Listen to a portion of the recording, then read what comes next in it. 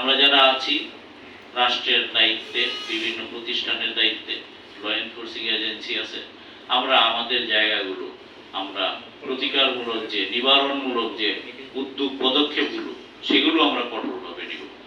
ইনশাআল্লাহ আমাদের এই গাইবান্ধার এই নারী শিশুর সহিংসতা এবং বাল্যবিয়ে রোধে আমরা যেন প্রত্যেকের জায়গা থেকে কাজ করি। বিশেষভাবে যে চরাঞ্চল আছে, এই চরাঞ্চলের মানুষগুলো অনেক সুবিধা বঞ্চিত, এই মানুষগুলোকে একটু তুলে আনি না।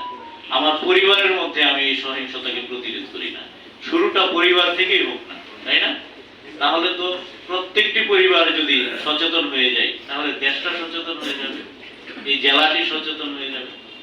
আর যারা একটু নিগৃহীত আছে, যারা একটু পিছিয়ে আছে, আমাদের বিশেষভাবে চরাঞ্চলের মানুষ, অনেক ভিতরের গ্রামের মানুষগুলো যারা হয়তো আমাদের মতো এতটা সুবিধা পায় না, আমাদের মতো এতটা শিক্ষা পায় না, আমাদের মতো এতটা আমরা যে জ্ঞানের আলোগুলো, আমাদের সচেতনতার আলোগুলো ওই জায়গাগুলোতে আমরা যেন পৌঁছে দিই, এটাই আমাদের প্রত্যয় হোক। এই যে আমাদের পরিবার পরিকল্পনা অফিসার আমাদের বললেন যে উনি চলে যাবেন এবং এই চলে যাবেন, রিয়েলি আসলে সোসাইটির এই হার্ড টু রিচ এরিয়াগুলোতে যারা অনেক বেশি বঞ্চিত, এই মানুষগুলোর পাশে যদি আমরা দাঁড়াই তাহলে দেখবেন যে ওই জায়গাগুলোতে আমরা যদি একটু আলো পৌঁছে দিই, সেই আলোটাই আসলে দেশ আলোকিত হবে।